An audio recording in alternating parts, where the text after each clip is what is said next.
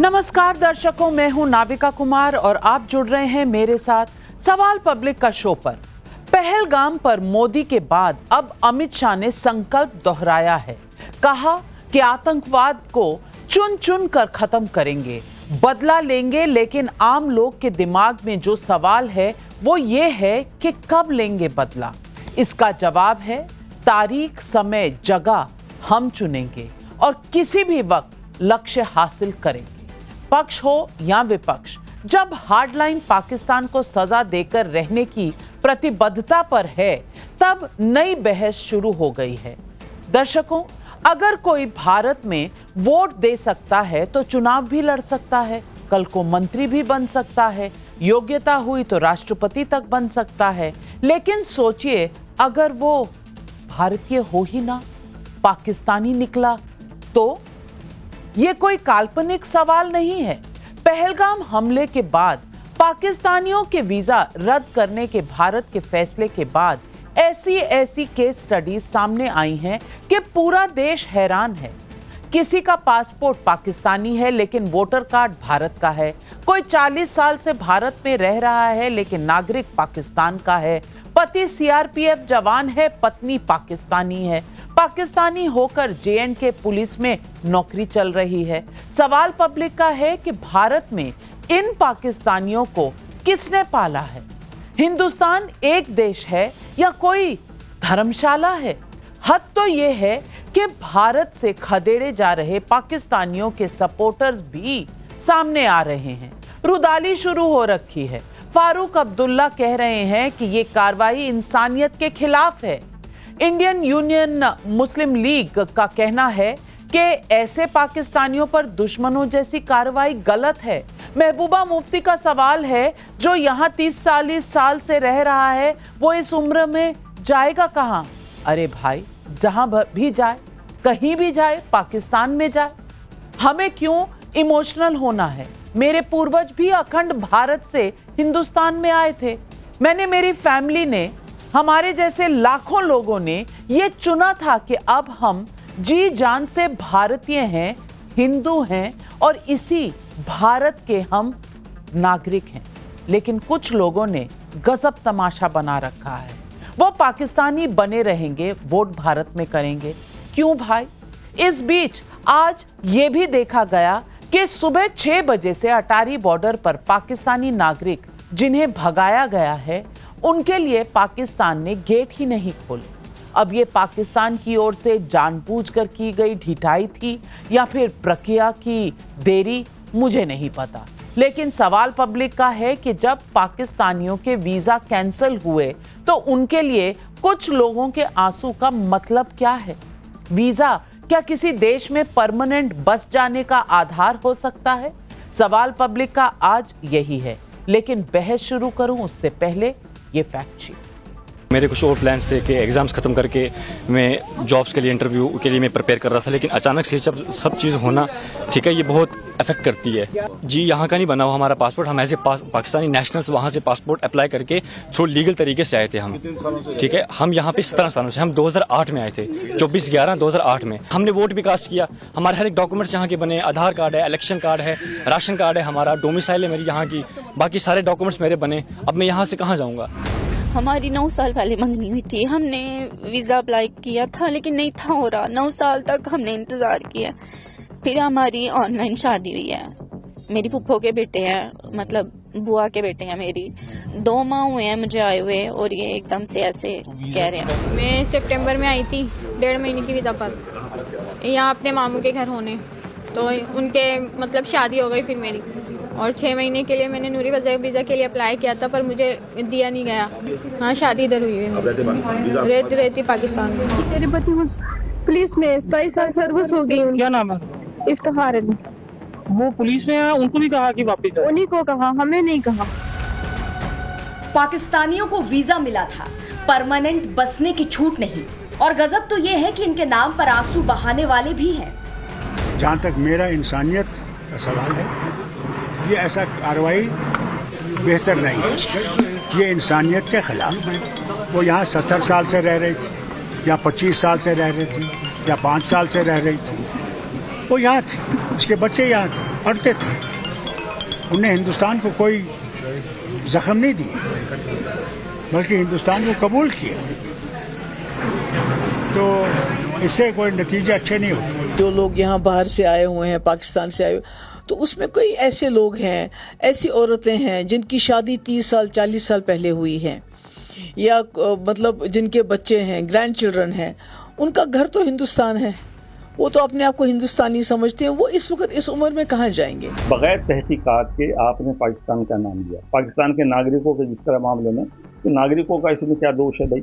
यहाँ जो पाकिस्तान के नागरिक मुसलमान यहाँ आते हैं, ज़्यादा उसमें सब मुसलमान होते हैं। जो यहाँ के नागरिक पाकिस्तान जाते हैं वो सब मुसलमान होते हैं। वो आपस में रिश्तेदार हैं, भाई भाई हैं, सगे भाई हैं, सगी बहन हैं, क्या नाम, और भतीजे हैं, भांजे हैं। वो लोग हैं, उनके ऊपर बिल्कुल दुश्मनों जैसी कार्रवाई करना, मैं इसको उचित नहीं समझता, बहुत गलत समझता हूँ। हालांकि अब की बार मोदी सरकार की पाकिस्तान पॉलिसी बिल्कुल भी रियायत देने की नहीं। न जल्द समझौता वापस होगा, न पाकिस्तानियों का वीजा वापस मिलेगा, और पहलगाम का दंड तो मिलकर ही रहेगा। इस देश की इंच इंच भूमि पर से आतंकवाद को मूल समेत उखाड़ने का हमारा संकल्प है, और वो सिद्ध होकर रहेगा।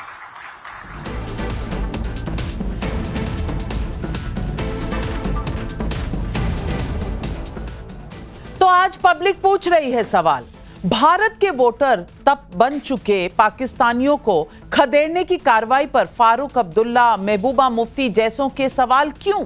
वीजा लेकर आए पाकिस्तानियों को भारत में बसाने का खेल क्या सुरक्षा चूक नहीं? क्या इसकी बड़े स्तर पर जांच नहीं होनी चाहिए? पहलगाम पर सजा देने का भारत का इरादा पक्का, लेकिन ये इंतजार कब तक? यही सवाल पब्लिक पूछ रही है। और इन सवालों के जवाब देने के लिए आज हमारे साथ जुड़ रहे हैं बीजेपी के राष्ट्रीय प्रवक्ता प्रदीप भंडारी, तहसीन पूनावाला राजनीतिक विश्लेषक, कांग्रेस के सपोर्टर हैं, नीलूफर मसूद प्रवक्ता हैं नेशनल कॉन्फ्रेंस की, विवेक श्रीवास्तव राजनीतिक विश्लेषक भी हमारे साथ जुड़ रहे हैं। नीलूफर मसूद, मैं सबसे पहले पूछना चाहती हूं कि जब इस देश ने तय कर लिया और ये सुरक्षा के तहत तय किया गया है कि जितने वीजा हैं वो कैंसिल होंगे, तो मैं पूछना चाहती हूं कि इस पर इतने आंसू क्यों बहाए जा रहे हैं? क्या पाकिस्तान ने और पाकिस्तानी आतंकियों ने जब भारतीयों को मारा तो फिर कहा गया कि भाई धर्म को क्यों बीच में लाना चाहिए, आतंकवाद का धर्म नहीं होता? अब पूछ रहे हैं कि वीजा को बीच में नहीं लाना चाहिए। रहने वाले पाकिस्तान के हैं, नागरिकता पाकिस्तान की है, लेकिन रहेंगे भारत में, और ऐसे वक्त में रहेंगे जब भारत की छाती पर इस तरह के जख्म दिए गए हैं। मैं पूछ रही हूं कि आपको पाकिस्तान की ह्यूमन राइट्स, इंसानियत की पता नहीं है? रिपोर्ट पाकिस्तान ने रिलीज की है, वहां तो यूं ठोका जा रहा है 5000 लोग मार दिए गए सिर्फ क्योंकि वो अहमदिया हैं। वहां पर आपको ह्यूमन राइट्स नहीं दिख रहा। आपको सारे ह्यूमन राइट्स का हिसाब किताब सिर्फ भारत से ही लेना है। नाविका जी, मुझे लगता है कि जब ये सानिया पहलगाम में हुआ तो जम्मू कश्मीर के लोग पहले थे जो स्पॉट पर पहुंचे, जिन्होंने इंजर्डों को अपने कांधों पर उठाकर उनको सेफ जोन्स में लिया ताकि इनको बेस्ट से बेस्ट तिब्बी सहूलियत मिले। उसके लिए गवर्नमेंट भी आगे आप ये खुद जानती हैं, और आपने इस चीज को एंडोर्स भी किया था लास्ट कुछ डिबेट्स में। लेकिन जहां तक आप वीजा वगैरह की बात कर रही हैं, इसमें दो टाइप के इंसान हैं। एक वो जिनकी शादियां जम्मू कश्मीर में हो गई हैं। अगर हम 2010 में एक रिहेबिलिटेशन स्कीम आई हुई थी जो लॉन्च की हुई थी, उस वक्त की गवर्नमेंट जब जम्मू कश्मीर नेशनल कॉन्फ्रेंस सरकार में थी, सत्ता में थे, उन्होंने एक एमनेस्टी स्कीम को लॉन्च करके, ताकि वो लोग जो यहाँ से चले गए हैं और दे वांटेड टू रिपेंट, अगर वो चाहते थे कि वो उनसे गलती हो गई है, वो वापस आना चाहते हैं, वाया नेपाल के जरिए वो फैमिलीज, अगर किसी ने वहां शादी भी की थी, अपनी फैमिलीज को लेकर वो वापस आए और जम्मू कश्मीर में रहने लगे। और वही लोग, अगर आप यकीन मानेंगे कि मुझे नहीं लगता है कि उनके खिलाफ आज की डेट तक कोई ऐसा एफआईआर लॉन्च हुआ होगा कि उन्होंने अनलॉफुल एक्टिविटीज में कोई हिस्सा लिया होगा। अगर होगा भी कोई, that would be very negligible, that is on record, आप वो चेक भी कर सकती हैं। तो ऐसे लोग पीस पिजन्स के तौर पर इस्तेमाल किए, पीस एम्बेसडर्स के तौर पर उनको इस्तेमाल किया गया और उनसे इंस्पायर होकर यहाँ पर काफी ज्यादा लोग जो नीलोफर मसूद, सबसे पहले तो मैं आपसे कहूंगी कि ये जो आप कह रही है ना कि जम्मू कश्मीर के लोग वहां पर आए, वो भारतीय थे, भारतीयों को बचाने आए थे, तो पहले तो ये दुरुस्त कर लीजिए, क्योंकि लोग इस देश के थे। दूसरी बात, आपने कहा ये पीस डव्स हैं, चलिए पीस डव्स हैं, लेकिन कागज तो होने चाहिए ना। मैं आज जाकर पाकिस्तान में रहना चाहूं, बल्कि मेरा परिवार तो अखंड भारत का हिस्सा था, वहां से जब निकला तो मुड़कर पीछे देखने नहीं दिया किसी ने, ना कोई माल, ना कोई जायदाद वहां से कुछ मिला, सब जला दिया गया, सब लूट लिया गया। अब नहीं था हक तो नहीं था, नंगे पैर वहां से चलकर यहां आ गए, ये भी तो ज्यादतियां हुई थी, लेकिन तब तो कोई नहीं रोया। आज जिनके कागजात नहीं है, प्रदीप भंडारी, उनके लिए रोना क्या सही है? नागरिकता एक हक तो नहीं हो सकता। आप आए हैं, रह रहे हैं, बहुत सालों से रह रहे हैं, आपको वीजा रिन्यूअल के लिए जाता है, वो सरकार की अपनी मर्जी है कि वो रिन्यू करे, एक्सटेंड करे या ना करे। अगर नहीं किया तो यहां पर इंसानियत कहां आती है? नविका जी, दुश्मन मुल्क के साथ में इंसानियत नहीं दिखती है, और पाकिस्तान हमारा दुश्मन मुल्क है, पहली बात। दूसरी बात, इनमें से क्या गारंटी है कि कुछ लोग जो है वो इंफॉर्मेशन बाहर सप्लाई नहीं कर रहे हो? अगर सच में इनकी नीति और नियत भारत के प्रति होती तो ये पाकिस्तान की सिटीजनशिप गिव अप कर देते। मुझे बताइए, 45 दिन तक हिंदुस्तान रहते हैं, हिंदुस्तान का आधार कार्ड भी पाया जाता है, हिंदुस्तान का वोटर आईडी कार्ड भी पाया जाता है, और साथ में पाकिस्तान की नागरिकता भी पाई जाती है। ये तो एक वोट बैंक पॉलिटिक्स हो गई। इसमें क्या गारंटी कुछ लोग बाहर सप्लाई नहीं कर रहे थे इंफॉर्मेशन? और हमको यह भी पता है कि उस पाकिस्तानी आतंकवादियों को कुछ लोकल मुखबिरों ने भी मदद करी है, जिनके घर पे बुलडोजर चल रहा है। तो इस देश के अंदर कुछ मीर जाफर्स हैं, तो हम जैसे समय के अंदर जब पाकिस्तान हिंदुस्तान के खिलाफ खड़ा हुआ है और हिंदुस्तान पाकिस्तानी आतंकियों को जवाब दे रहा है, उस वक्त हम रिस्क नहीं ले सकते। और पाकिस्तान ने क्या दिखाया? वहां बैठे माइनॉरिटीज जो हिंदुस्तान के जो हिंदू हैं, क्या उनके साथ में ऐसी दरियादिली दिखाई? कोई दरियादिली नहीं दिखाई। उनने तो वाघा अटारी बॉर्डर बंद कर दिया कि हम अपने नागरिकों को नहीं लेंगे। तो ऐसे मुल्क के साथ में हम किस तरीके से रिस्क ले सकते हैं? और अगर इनकी पार्टी ने 67 इयर्स तक वाल्मीकि समाज को वोटिंग राइट्स नहीं दिया, आज इनको घुसपैठियों के वोटिंग राइट्स याद आ रहे हैं। इसीलिए हम एनआरसी के पक्ष में हैं और एनआरसी इसका सोल्यूशन है। मैं पूछना चाहती हूँ तहसीन पूनावाला जी आपसे। तहसीन पूनावाला जी, पाकिस्तान के ह्यूमन राइट्स कमीशन की रिपोर्ट आपने देखी होगी, और मैं पढ़ देती हूँ क्या क्या लिखा है। 2500 लोग वहां मिलिटेंट अटैक्स में मरे हैं, उनके अपने लोग, और खैबर पख्तूनख्वा और बलूचिस्तान के लोग। वहां पर 5000 पुलिस एनकाउंटर में लोग सिंध और पंजाब में मारे गए हैं, और ब्लास्फेमी में जो हुआ है 1200 अरेस्ट हुए हैं, और 24 लोग तो मॉब लिंचिंग में मारे गए हैं। यहां बड़ा शोर होता है, वहां के बारे में एक सवाल किसी ने नहीं उठाया। 400 तो ऑनर किलिंग्स होती हैं, लगभग 5000 रेप केसेस होते हैं।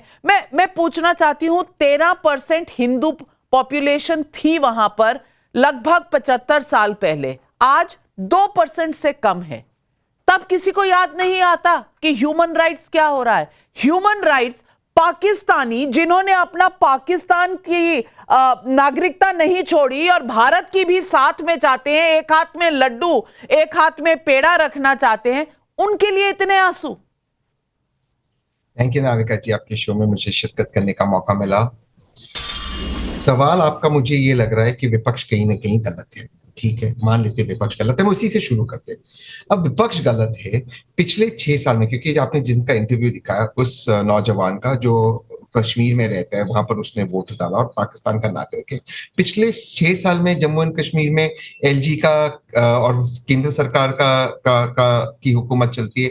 उसके अलावा पिछले 11 साल से यहाँ पर जो केंद्र में भाजपा की सरकार है, और अन्य जगहों पर, क्योंकि कई जगहों से विजुअल्स आ रहे हैं, मैंने गुजरात के विजुअल्स पढ़े, वहां पे तो 20 साल से भाजपा की सरकार है। तो ये आधार कार्ड वाला जो जुमला दिया जाता है कि ये स्टेट गवर्नमेंट का है, वहां से हम पाकिस्तान के नागरिक को निकाले, तो 20 साल से कौन सी सरकारें थी? तो क्या भाजपा पाकिस्तान के साथ इन्वॉल्व थी, किन नागरिकों को अलाउ कर रही थी? सबसे पहली बात ये सवाल है। तो सवाल भाजपा से और केंद्र सरकार से पूछना चाहिए।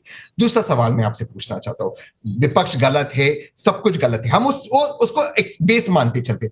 अब हम आगे के पूछते हैं कि जैसे प्रदीप भाई ने कहा इनमें से कुछ लोगों ने शायद इंफॉर्मेशन दी होगी, तो फिर हमारी जो इंटेलिजेंस एजेंसीज थी वो क्या करी थी? तो हमने माना कि एक फेलियर था हमारी ओर से। तो जब ये था, आज भी हमें नहीं पता कि लश्कर ए तोयबा का जो फ्रंट है टीआरएफ, इसमें हमला किया, इसमें किसने इंफॉर्मेशन दी, ये लोग हो सकते हैं। तो जब आपको पता है इमीडिएटली कि इतने पाकिस्तानी नागरिक भारत के अंदर है, उनको सेंसिटाइज किया क्यों नहीं किया गया? उन पर कोई हमने क्यों उन पर सर्विलेंस नहीं किया? क्यों नहीं देखा कि वो क्या कर रहे हैं? उन पर कोई इंटेलिजेंस रिपोर्ट क्यों नहीं थी? आज हम देख रहे हैं इन द डार्क, ये किसकी गलती है? मैं फिर से पूछ रहा हूं, पाकिस्तान का अगर गलतियों पर आप उतर ही आए हैं तहसीन पूनावाला, तो पूरा बयान सुन लेते उस नागरिक का। वो कह रहा था मैं 2008 में आया हूं, तो 2008 में किसकी सरकार थी मुझे नहीं पता। फिर आप कह रहे हैं विपक्ष की गलती। एक मिनट, आप कह रहे हैं विपक्ष की गलती। अब मैं तो नेशनल कॉन्फ्रेंस से सवाल पूछ रही थी। नेशनल कॉन्फ्रेंस विपक्ष में नहीं है, सत्ता पक्ष में है जम्मू कश्मीर में, और अभी चुनाव जीती है। आप भूल गए होंगे, हम नहीं भूले। तो सवाल आपके बहुत सारे हैं और सवाल से आप हटना भी बहुत चाहते हैं, लेकिन कुछ सवाल आपने सत्ता पक्ष से पूछे हैं जो सेंटर में सरकार है। प्रदीप भंडारी जी जवाब। नविका जी, ओसामा जो आया था कांग्रेस के समय, वो कांग्रेस का ही वोटर था। हम तो तब से कहते हुए आ रहे हैं कि देश भर में घुसपैठियों को कांग्रेस ने 70 साल में बैठाने का काम किया। इसका परमानेंट सोल्यूशन एनआरसी है। और तहसीन भाई, आज हमारे सिक्योरिटी फोर्सेस का अपमान मत करिए। शशि थरूर को सुनिए।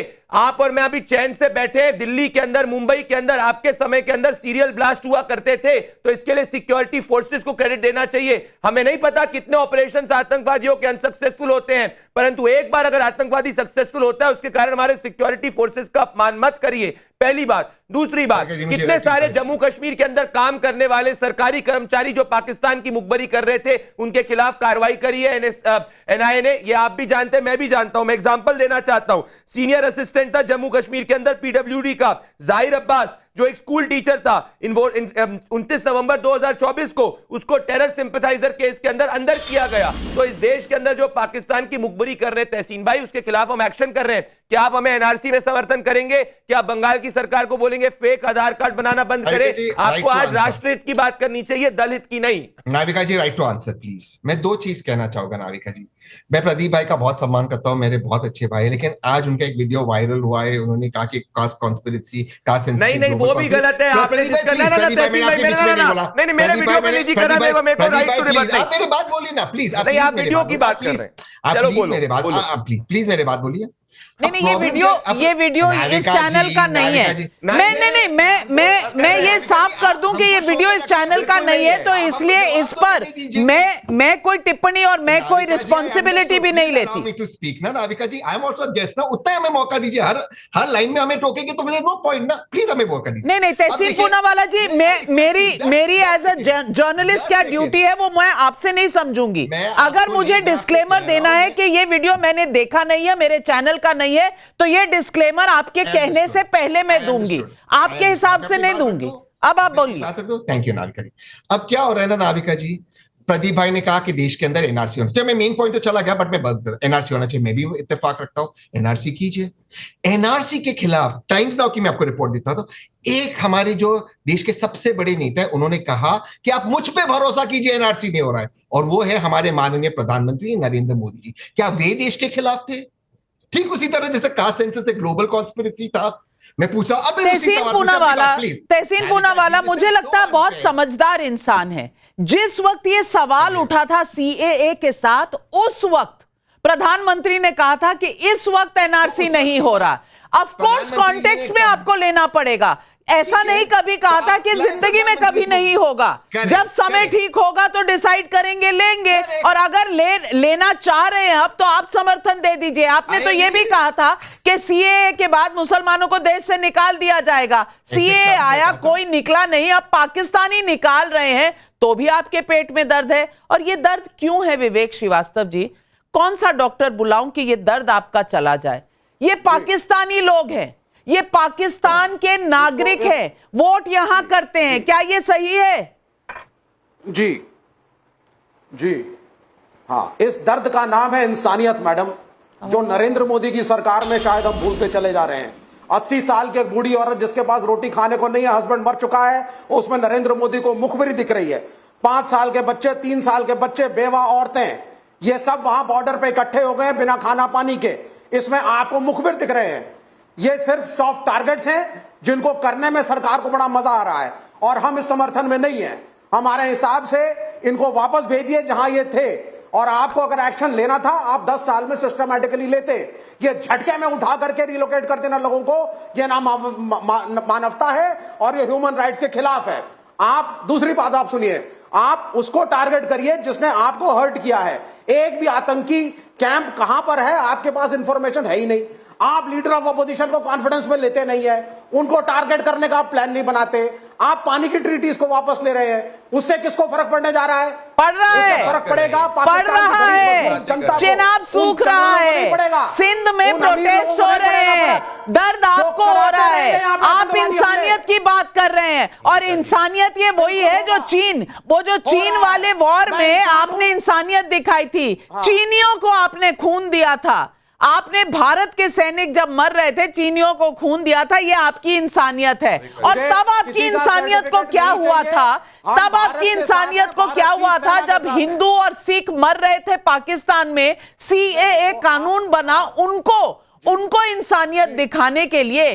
तब आपके पेट में कहां गई थी दर्द? और तब आपको इतनी दर्द क्यों हो रही थी जब इंसानियत दिखाई जा रही थी? और तब आपकी इंसानियत कहां चली गई थी? ये मुझे बताइए प्रदीप भंडारी, ये कितना बड़ा धोखा है भारत के साथ। नविका जी, हम कह ही रहे हैं पाकिस्तान की बैटिंग करने के लिए, कवर फायर देने के लिए विवेक श्रीवास्तव जैसे लोग हैं। मुझे आप बताइए, इनमें से जितने भी लोगों के लिए विवेक श्रीवास्तव बैटिंग कर रहे हैं, क्या जब भारतीय हिंदुओं को आतंकवादियों ने मारा इनमें से कोई भी प्रोटेस्ट करने निकला? क्या जब पाकिस्तान के अंदर माइनॉरिटी हिंदू है उनके खिलाफ इनने आवाज उठाई? सीए के वक्त में विवेक श्रीवास्तव उनके लिए क्या मानवता दिखा रहे थे? क्या आतंकी मुल्क के लोगों के साथ हम इंसानियत दिखाएंगे और अपने लोगों को छोड़ देंगे? और ये बताइए, विवेक श्रीवास्तव 70 साल तक कौन सा गोरख धंधा था? इनने वोट तक डाला हिंदुस्तान में, और तभी हम वोटर लिस्ट के सैनिटाइजेशन की बात कर रहे थे तो आप लोग उचके थे दिल्ली इलेक्शन में, आप लोग उचकेंगे बंगाल इलेक्शन के अंदर। आपकी पार्टी ने कब भारतीय जो माइनॉरिटी पाकिस्तान के अंदर अगर इंसानियत है उसके लिए खड़े रहे? एक सीपीआई का लेटर दिखा दीजिए सीए के वक्त में, अगर इंसानियत की बात हो गई। और पब्लिक भी आज सवाल पूछ रही है। विकास कुमार सिन्हा का व्हाट्सएप पर सवाल है, अगर इस तरह की बात पाकिस्तान में होती तो क्या पाकिस्तान उस व्यक्ति को स्वीकार कर लेता? किशोर कुमार विद्रोही चंडीगढ़ से पूछ रहे हैं, पाकिस्तानी पासपोर्ट होने के बावजूद इन लोगों का आधार कार्ड, इलेक्शन कार्ड आखिर कैसे बन गया? ये सवाल तो केंद्र सरकार से पूछना पड़ेगा। जवाब दीजिए प्रदीप भंडारी। नहीं, ये बात वाजिब है, परंतु मैं ये मान रहा हूं और हम कह रहे हैं वापस से नविका जी की परमानेंट सोल्यूशन एनआरसी है। हम लेटर एंड स्पिरिट में एनआरसी के साथ में, सीए के वक्त तहसीन पूनेवाला के लोगों ने झूठ फैलाया था, कांग्रेस पार्टी ने उस कॉन्टेक्स्ट में था, और इन्हें कहा था मुसलमानों की नागरिकता जाएगी, मुसलमानों की नागरिकता नहीं गई। आज देश के सामने इनको माफी मांगनी चाहिए, एनआरसी का समर्थन कर दे, हमें कोई दिक्कत नहीं है। पर आज मैं तहसीन पूनेवाला से पूछूंगा, ये 2008 में जो आया जिसने वोट करा, वो वोट बैंक तो आपका ही है ना सर? हम तो तब से कह रहे हैं ममता बनर्जी कांग्रेस पार्टी घुसपैठियों को लाती है, आधार कार्ड देती है और उसको अपना वोट बैंक के रूप में इस्तेमाल करती है। और तहसीन पूनेवाला जिस मेरे वीडियो की बात कर रहे हो, मैं स्टैंड करता हूं, सब करते हैं। हिंदू कॉन्शियसनेस ही सर्वोपरि। आपने जातिवादी बात करी, हम जाति को कभी भी जो है पॉलिटिकल टूल के रूप में इस्तेमाल नहीं करते, पर आज पाकिस्तान की मुखबरी मत करिए आप। संजय मिश्रा भदोही से पूछ रहे हैं, संजय मिश्रा भदोही से पूछ रहे हैं, अब पता चला कि शाहीन बाग में कागज नहीं दिखाएंगे वालों को सपोर्ट करने वाले ये सब क्यों कर रहे थे?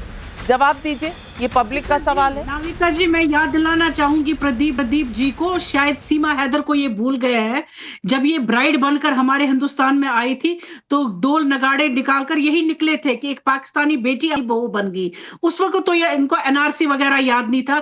आपकी ही चैनलों पर हमने देखा कि किस तरीके से उसको वार्मली वेलकम किया गया, तो ठीक उसी तरीके से वो तो इंसानियत है ना।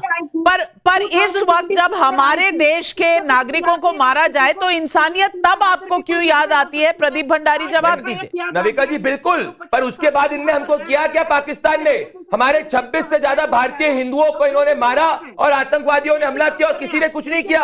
हर चीज का एक टिपिंग पॉइंट होता है और वो टिपिंग पॉइंट क्रॉस हो चुका है। यही मैं कहना चाहता हूं। बिल्कुल, हमने 1 नहीं, 2 नहीं, 3 नहीं, 4 मौके दिए, 10 मौके दिए, पर हम समझ चुके हैं कि नहीं हो सकता, तो जड़ से हम उखाड़ रहे हैं और हम कह रहे हैं ये आतंकी मुल्क है, ये मैटर ऑफ पॉलिसी है। पर आज मैं विवेक श्रीवास्तव से पूछूंगा, नविका जी जो गूगल करके चीज देख रहे हैं, मेरे पास ये रहा विवेक श्रीवास्तव की पार्टी सीपीआईएम का एग्जैक्ट लेटर है, जुलाई 22, 2015 को इन्होंने कहा था याकूब मेनन जैसे आतंकवादी को छोड़ दो।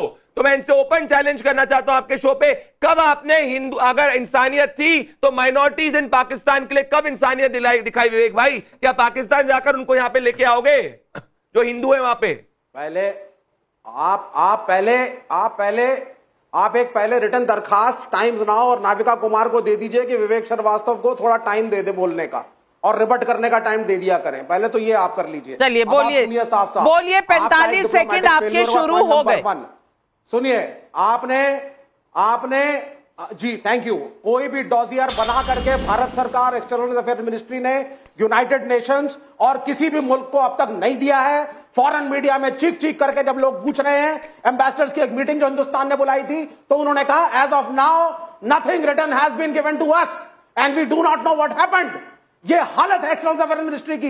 मुफ्त की तनख्वाह ले रहे हैं तुम्हारे एम्बेसडर बैठे हुए, और यहां तुम उन बुढ़ी औरतों को, तुम्हारे एम्बेसडर, क्या मतलब ये तुम्हारे एम्बेसडर, ये पाकिस्तानी आप कहां के नागरिक हैं मेरे भाई?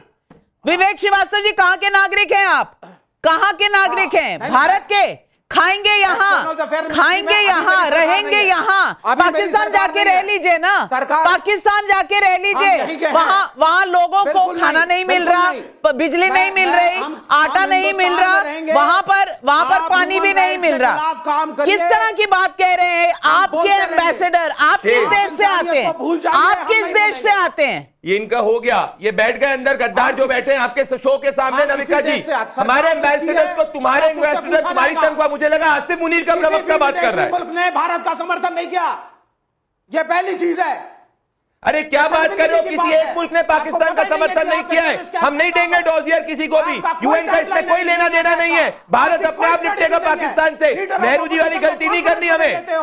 तहसीन पूनावाला, आपकी क्या राय है? विवेक श्रीवास्तव जब कह रहे हैं आपके एम्बेसडर तनख्वाह ले रहे हैं, क्या आप इनके साथ समर्थक हैं इस टोनालिटी के? आपको लग रहा है कि ये एक भारतीय नागरिक बैठा है यहाँ?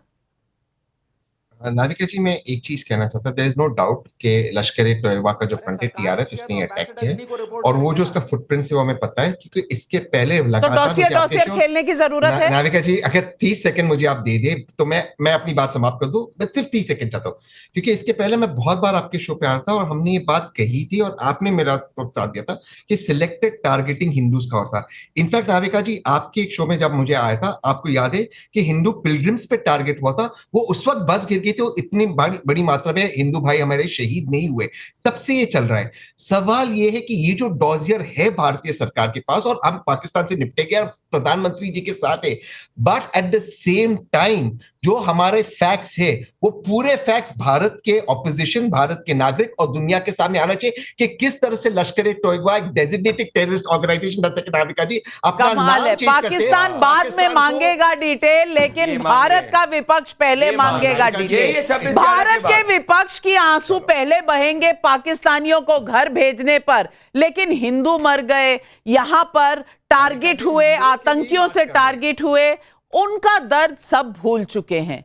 ये हमारे देश में मानवता का डेमोन्स्ट्रेशन है। मैं दर्शकों आप पर छोड़ती हूं ये फैसला, क्योंकि सवाल पब्लिक का होता है तो जज भी पब्लिक होती है। तमाम अपने पैनलिस्ट को धन्यवाद करूंगी। प्रदीप जी हमारे साथ बने रहेंगे। और अब आज की दूसरी डिबेट, पहलगाम अटैक पर भारत के गुस्से से गायब दिख रहा पाकिस्तानी सेना का चीफ असीम मुनीर आज 10वें दिन नजर आ गया। साइटिंग हो गई। पाकिस्तानी रेंजरों के सामने उसने पाकिस्तान के सैन्य तैयारियों की डींग भी हाँकी। हालांकि भारत के एक्शन की संभावनाओं के बीच पाकिस्तान में एक और चर्चा छिड़ गई है। क्या भारत के बदले से पाकिस्तान में तख्ता पलट भी हो सकता है? क्या इसका भी कहीं पर वहम आ गया है? दरअसल बीते दिनों में अस्पताल में भर्ती रहे शहबाज शरीफ आज पाकिस्तान के राष्ट्रपति आसिफ अली जरदारी से मिलने गए। आधिकारिक तौर पर यही कहा गया कि पहलगाम के मद्देनजर बने हालात पर चर्चा हुई, लेकिन आसिम मुनीर को जिस दिन एक्शन में देखा गया उसी दिन शहबाज शरीफ का सक्रिय होना पाकिस्तान पर नजर रखने वालों को चौकन्ना कर रहा है। आपको याद दिला दूं कि 1999 में कारगिल युद्ध के समय सेना प्रमुख रहे परवेज मुशर्रफ ने भी कुछ महीनों बाद ही उस समय की नवाज शरीफ सरकार का तख्ता पलट कर दिया था। सवाल पब्लिक का है कि भारत के बदले से पहले पाकिस्तान में तख्ता पलट की खबरें धुआं है या आग भी लगी हुई है, यही सवाल पब्लिक पूछ रही है। और इन सवालों के जवाब देने के लिए प्रदीप भंडारी हमारे साथ हैं और जुड़ रहे हैं major Gaurav Arya, strategic affairs के विशेषज्ञ, ब्रिगेडियर वकार खान, पाकिस्तानी डिफेंस एनालिस्ट, उज़मा करदार, नेता PMLN। गौरव आर्या जी, सबसे पहले तो मैं आपसे पूछूंगी, ये तख्ता पलट की बात में आपको कोई दम नजर आ रहा है? बल्कि आज आसिफ मुनीर बाहर आ गए, बहुत दिनों से दूरबीन लेकर आप खोज भी रहे थे, दिख नहीं रहे थे। आज तो जिस टैंक पर है उस टैंक पर भी 4 स्टार लगे हुए हैं। ये नए तरीके की जो तस्वीरें आ रही हैं, ये क्या है? सच्ची है, AI वाली है, ये मामला है क्या? तस्वीरें तो सच्ची है नाविका जी, बहुत बहुत धन्यवाद अपनी शो में बुलाने के लिए। तस्वीरों में तो ऐसा कुछ नहीं है कि AI की है, लेकिन 2-3 बातें बता दूं मैं। ये तो मैंने नहीं देखा कि टैंक में कभी 4 star. 4 star means in the Indian and Pakistani context chief of army staff, right? हमारे यहाँ CDS, पाकिस्तान में जॉइंट चीफ्स, ये सब 4 स्टार जनरल होते हैं, और नेवी चीफ, एयर चीफ। तो ये गाड़ियों में लगता है, SUVs में लगता है, टैंक में मैंने पहली बार देखा है। जहां तक AI की बात है, AI की बात तो मैं नहीं कह सकता, लेकिन अगर मैंने वो फोटोग्राफ देखी बड़ी closely, and I was surprise, पूरे टैंक में मट्टी लगी है जैसे कि अभी ऑपरेशनली डिप्लॉयड है, लेकिन वो जो स्टार प्लेट है, वो तो भाई साहब स्टार प्लेट वो चमक रही है, स्टार प्लेट उसमें। ये किसी ने ACR के चक्कर में कर दिया है, किसी लोकल कमांडर ने, बेचारे आसिम मुनीर एम्बुश हो गए। Somebody has done it, a local level commander, a brigade commander or div commander. After all, it's a big deal if the chief comes. किसी भी कंट्री का चीफ आता है किसी भी फॉर्मेशन में तो बहुत बड़ी बात, इज्जत की बात मानी जाती है। तो I think he has done whatever he has done, but this looks a bit odd because I have never seen and both the Indian army and the Pakistan army trace their roots to the British Indian army. ठीक है नाविका, इनके customs और traditions बीच में थोड़े से बदल गए हैं आफ्टर ज़ियाउल हक। ज़ियाउल हक के समय तक लगभग 90% यही ट्रेडिशंस और यही कस्टम्स हुआ करते थे, पाकिस्तान फौज के भी और इंडियन आर्मी के भी। फिर उसके बाद डाइवर्जेंस हो गया बहुत ज्यादा, वो इस्लामिज्म बहुत ज्यादा ले आया ज़ियाउल हक। लेकिन हैविंग सेड दैट, ये जो टैंक के ऊपर stars in this, I have never scene. ये दिखाता क्या है? दर्शक समझना चाह रहे हैं कि इसका मतलब क्या है, कि सिर्फ ACR का मामला है? ये थोड़ी सी एप्पल पॉलिशिंग है, थोड़ी सी चापलूसी है, लोकल कमांडर ब्रिगेडियर वकार खान, चापलूसी, ये थोड़ा सा और कुछ चापलूसी उस वक्त जब 10 दिन बाद आज आर्मी चीफ आसिम मुनीर नजर आए हैं। जी, अगर आप मुझे इजाजत देंगी प्रॉपर बात करने की, इंटरप्शन नहीं होगी तो फिर मैं अपने पॉइंट्स रखता हूँ। आपसे पूछ रहा हूँ, आपने मेरे से पूछा। नहीं, वो मोहतरमा जो बोल रही थी वो उज़मा करदार थी, मैं आपको इंटरप्ट नहीं कर रही, वो कर रही हैं। नहीं, आई थॉट आपने मुझसे पूछा, इनको बात करने दें, कोई मसला नहीं। सेटल हो गया, पाकिस्तान में सेटल हो गया। अब आप ब्रिगेडियर साहब बोलें। जी, एक तो मैं खुद अमर कोर से, और मेरी यूनिट में 17 पूना हॉर्स का जो टैंक है CO का, वो खड़ा हुआ है। 65 में हमने मारा था। And we come from a very proud armour corps, जो प्राइड ऑफ पाकिस्तान है। और ये एक ट्रेडिशन है, जब चीफ हो या GOC आए या कोर कमांडर, ये हमारी ट्रेडिशन है, आज की नहीं है, कुछ 30-40 साल से है। वी डिस्प्लेड वेरी ओपनली कि जिसने आना है आकर देख लो। यहाँ से एक आई थिंक बड़ा लाउड, ये 4 शेयर आपको नजर आ रहे हैं टैंक के ऊपर, जिसमें शायद फॉर्मेशन कमांडर्स भी होंगे, आई नॉट डिस्क्लोज इट। मैसेज ये है बड़ा क्लियरली, हमारी स्ट्राइक कोर की एक्सरसाइज हो रही है हैमर शील्ड, जिसका मतलब है कि इस दफा लास्ट टाइम तो सिर्फ एयरफोर्स जलील हुई थी आपकी, जब अभिनंदन को पकड़ा गया, तो इस बार तीनों सबसे जलील होने जा रही हैं। और आर्मी की स्ट्राइक कोर का बड़ा क्लियर मैसेज है कि अभी नजर जो है परमंडल रेंज पे है, जम्मू पे है, वी हैव नजर on Pathankot, we have eyes on Srinagar. तो जरा ध्यान रखिएगा। So this is just the start, fireworks सबके होने हैं। श्रीनगर पर नजर है। Gaurav Arya ji, major Gaurav Arya. 17 Poona horse one of the rare regiments of the Indian army है। ये बैटल ऑफ बड़ा पिंड, जिसको पाकिस्तानी कहते हैं, हम लोग बैटल ऑफ चाविंडा कहते हैं। ठीक है, हम भी चाविंडा कहते हैं। हाँ जी, मैं समझ रहा हूँ sir, I am just giving you the reference. और हमारे पास भी पाकिस्तानी सीओ का टैंक पड़ा हुआ है, और जहां पे पूना हॉर्स जाती है, कुछ साल पहले मेरठ में थी, और जहां पे जाती है और टैंक लेकर आती है, इनके क्वार्टर गार्ड में वो टैंक लगाया जाता है। तो सब टैंकों की बात ना करें, ठीक है। और 71 और ये सब क्या हुआ था 71 में, there is no point in repeating it, brigadier साहब। Now I will tell you, ये जो स्ट्राइक कोर है, you will be surprised and Abhinandan and all that, sir ये ड्रामे बहुत पुराने हो गए हैं। मैं फिर वही चीज रिपीट करता हूं हर रोज। आप आए हैं, पहली बार मैं आपसे मिला हूं, तो मैं आपको फिर वही बात रिपीट करता हूं जो हर पाकिस्तानी पैनलिस्ट को, जो कि अभिनंदन का नाम लेता है, मैं आपको रिपीट कर देता हूं कि एक चाय के पीछे इतना बवेला खड़ा कर दिया आपने। 93,000 आपके फौजियों को 3 साल बैठ के खाना खिलाया था। Johnnie Walker black label general Niazi को, please allow me to complete, I did not interrupt brigadier when you were talking, I hope you will extend the same courtesy to me now. Okay, ये जो बात है कि अभिनंदन को चाय पिलाई 93,000 फौजियों को हमने 3 साल खाना खिलाया। जॉनी वॉकर ब्लैक लेबल के शौकीन थे। The finest of scotch was provided to general A K. Niazi. और गोल्फ खेलने के बड़े शौकीन, खेला गोल्फ कोर्स खाली कर दिया, सिनेमा हॉल, पाकीज़ा फिल्म, मैं आपको बता दूं बड़े शौक से उन्होंने मीना कुमारी की फिल्म देखी, कई बार देखी, सब दिखाए वीटू, हमने आज तक मेंशन नहीं करा। ये तो तब बातें आई जब पाकिस्तानी वो चाय के साथ टी वॉज फैंटास्टिक। मैंने बोला ये कैसा मुल्क है जो एक चाय पिलाने के बाद इतना गाना गाता है। पर आई थिंक अपनी अपनी फाइनेंशियल हैसियत होती है, and I don't blame any country. आपको जैसा बोलना है, टी इज फैंटास्टिक, ये सब आप बोल सकते हैं। हमने तो नहीं बोला साहब कि 3 साल का खाना, 3 दफे का खाना, 2 दफे की चाय 3 साल के लिए 93,000 के लिए फैंटास्टिक थी। नहीं तो कोई बात नहीं, हम करते रहते हैं, छोटी बात।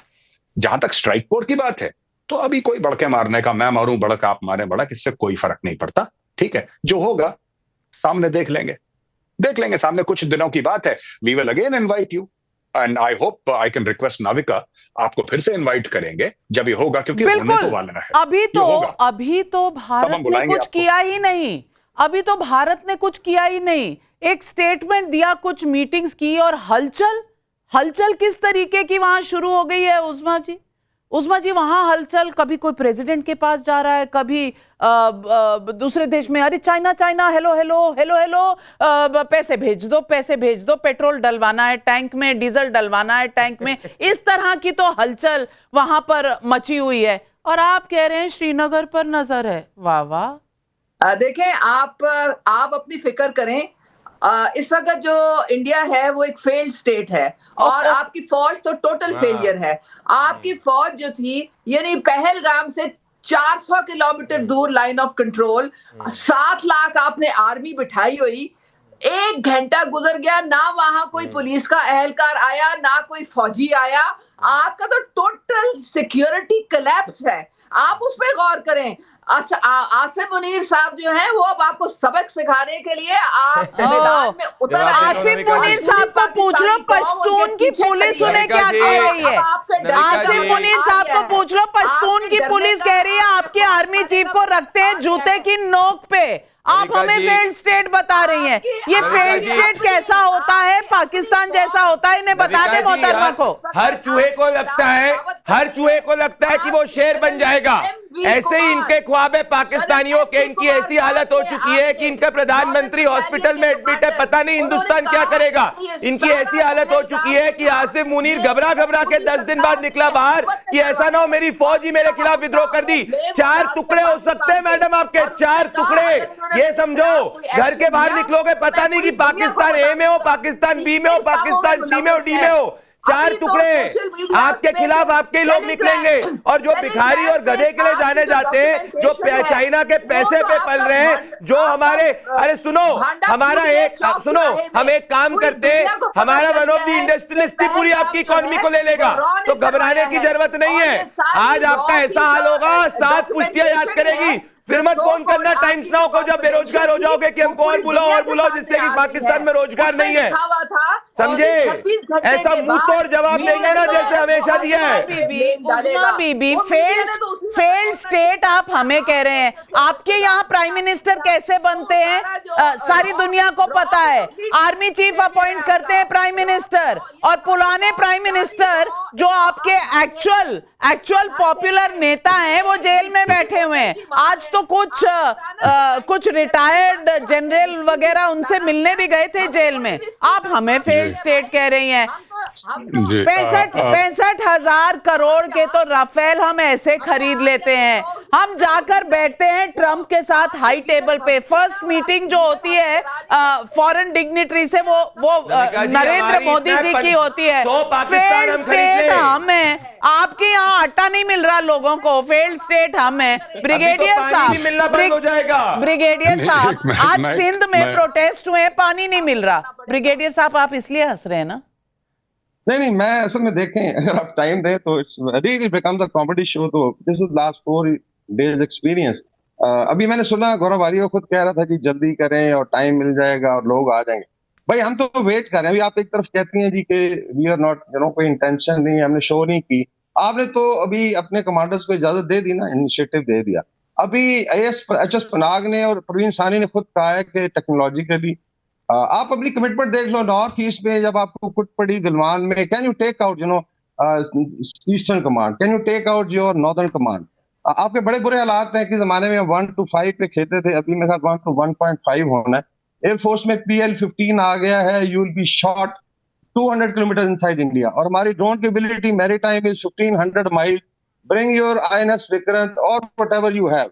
तो भारत जो है ना वो रोस्ट कर दिया जाएगा। तो लेट्स टॉक इन मेजर गौरव आर्य, भारत तो रोस्ट बाद में होगा, पहले आप रोस्टिंग शुरू करिए। 1.8 billion dollar इकोनॉमी है by purchasing for parity.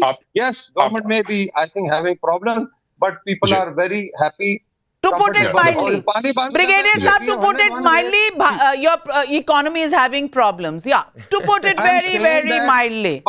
And we all have a sense of humor. We understand. हमें आपका मजाक बहुत अच्छी तरह से, वो कॉमेडी जो आप इकोनॉमी की बता रहे हैं। पर मेजर गौरव आर्य आप जवाब दें।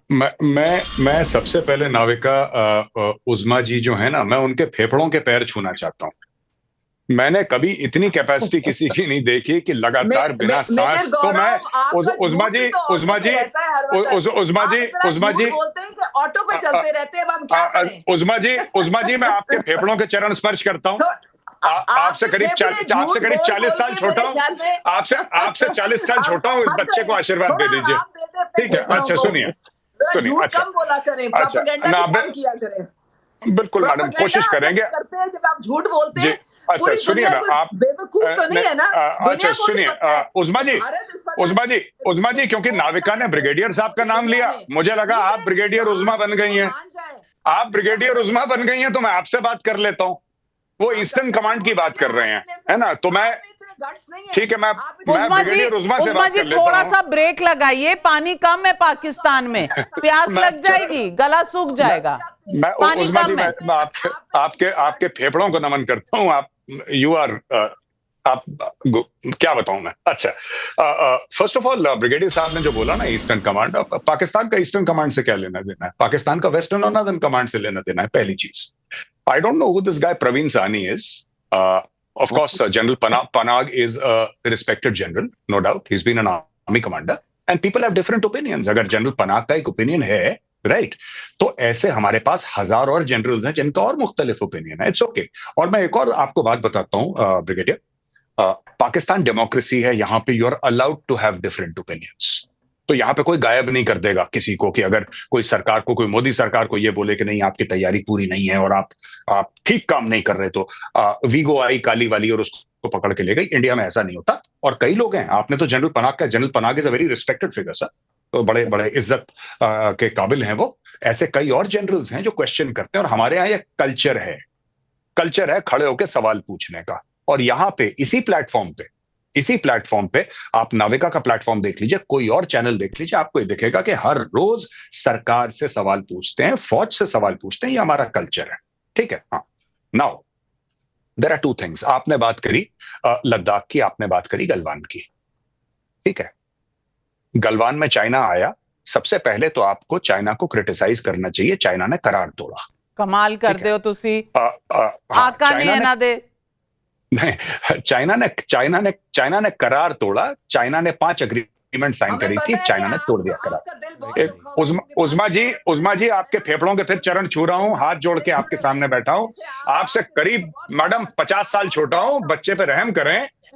मैं ब्रिगेडियर साहब के सवाल का जवाब दे रहा हूं, मैं आपके फेफड़ों के पैर छू रहा हूं जी। आपका जनरल एम वी कुमार है, उसने क्या कहा मेजर साहब, उसने कहा कि आपने मेरे खिलाफ कोई एक्शन लिया तो मैं बता दूंगा कि आपकी इंडियन गवर्नमेंट ने कितनी एक्स्ट्रा जुडिशियल किलिंग्स की हैं। अच्छा उस्मा जी, मैं आपको पाकिस्तान की ह्यूमन राइट्स कमीशन की रिपोर्ट भिजवा देती हूँ, आप पहले उसे पढ़ लें, फिर हम इस पर अलग से डिबेट कर लेंगे। लेकिन गौरव आर्या, अब आप तोप और जो भी चलाना है वो चला लीजिए, जल्दी से चला लीजिए। अच्छा, मैं ये बात कह रहा हूं कि देखिए, पाकिस्तान जो भी कह रहा है ये इनके सारे के सारी जो चीजें होती हैं डोमेस्टिक कंजम्पशन के लिए हैं। मैं आपको बता रहा हूं, ये डोमेस्टिक कंजम्पशन के लिए, हम शाहीन हैं, हम फलाने हैं, हम ये कर देंगे, वो कुछ नहीं करना है, ठीक है। आज की तारीख में चाइना क्या बोल रहा है? ब्रिगेडियर ने बोला चाइना, आज की तारीख में चाइना हट गया, जो पुरानी पोजीशन थी उसके पार चला गया China, and we have back to the same position. पहली चीज। दूसरी चीज, चाइना अंदर आना चाह रहा था, चाइना को रोक दिया। तीसरी चीज, चाइना ने झूठ बोला, चाइना के इतने बंदे मारे, 1 साल के बाद चाइना के तो 4 मरे थे। रशिया की रिपोर्ट आ गई, Russian intelligence and CIA says more than 40 Chinese were killed, they are hiding. चौथी बात मैं आपको बताऊं, आज की तारीख में चाइना कह रहा है the elephant and the dragon must dance together. चीन और भारत की दोस्ती होनी चाहिए। आ जाओ मोदी जी, आ जाओ SCO समिट में, आ जाओ, बताओ, बैलेंस ऑफ ट्रेड का मामला है, बातचीत कर लेते हैं। तो किस दुनिया में आप लोग रहते हैं? और चाइना, जो आप कहते हैं ना चाइना बड़ा दोस्त है, चाइना बड़ा दोस्त है, कोई दोस्त नहीं होता किसी का, कोई दोस्त नहीं होता, सब डॉलर का खेल है। आप जितना डॉलर दे सकते हैं उतना वो आपका दोस्त होता है। दोस्त दुश्मनी, ये लव अफेयर और फॉरेन अफेयर के बीच में कब आप लोग फर्क जान पाएंगे पाकिस्तान में? लेकिन डॉलर इनके पास कहाँ है? डॉलर मांगने तो इन्हें IMF को जाना है, 9 तारीख को इन्होंने डूना लेके जाना उत्थे। प्रदीप भंडारी, उस्मा जी की दिक्कत क्या है? उस्मा जी की दिक्कत ये है कि इनके जनरल्स ने तो डॉलर कब कब्जा कर लिए, अपने बच्चों के फ्लाइट के टिकट्स बाहर करवा दिए। इनके पास में, इनके बैंक लॉकर में डॉलर नहीं, क्योंकि पाकिस्तानी करेंसी या तो टिश्यू पेपर है या टॉयलेट पेपर है, तो ये समझ नहीं पा रही, इसीलिए इतना फड़फड़ा रही है आज। घबराइए मत madam, tissue paper, toilet paper में आप किसी जनरल के पास डाका डाल लो, थोड़ा डॉलर आपको भी मिल जाएगा पाकिस्तान से भागने के लिए। इसीलिए आज इतना फड़फड़ा रही है, क्योंकि इनको पता है 1 नहीं, 2 नहीं, 3 नहीं, 4 कुछ भी हो सकता है। उस्मा जी, जरूरी नहीं है एक पाकिस्तान में रहो। बिल्कुल, एक बलूचिस्तान अलग हो जाएगा, सिंध अलग हो जाएगा, पंजाब अलग हो जाएगा, कौन सा पाकिस्तान, कहां का पाकिस्तान? आप अपना घर देखिए, अटारी का बॉर्डर खोलिए, पाकिस्तानी वापस आते हैं, आप तो उनको ही वापस नहीं ले रहे। आप चाइना के साथ इतने बिजी हैं, लेकिन भारत में रहकर सुविधाएं लेने वाले पाकिस्तानियों पर एक्शन लेना चाहिए। सैंपल साइज 30,000 लोगों का हमने लिया, एक को बाहर निकालो। 92% लोग कहते हैं संयम से काम लेना चाहिए, 7% कह नहीं सकते 1%। पाकिस्तान इस वक्त बिल्कुल भारत का फ्लेवर नहीं है। पाकिस्तानियों को बाहर निकालो। वो कहते हैं ना, औकात में रहो, ये तो रईस से पाला पड़ा हुआ है, तो सिर्फ देख ही रहे हैं तुम्हारी तरफ। हलचल इतनी कि पसीने छूटे हुए हैं पाकिस्तान के, और ऊपर से पानी नहीं, प्यास अलग लगी है, हलक अलग सूखा हुआ है। लेकिन आप हमारे साथ जुड़े, बहुत बहुत शुक्रिया आपका उस्मा जी और ब्रिगेडियर साहब, और दर्शकों आपका भी। Pradeep Bhandari, Gaurav Arya, thank you very much.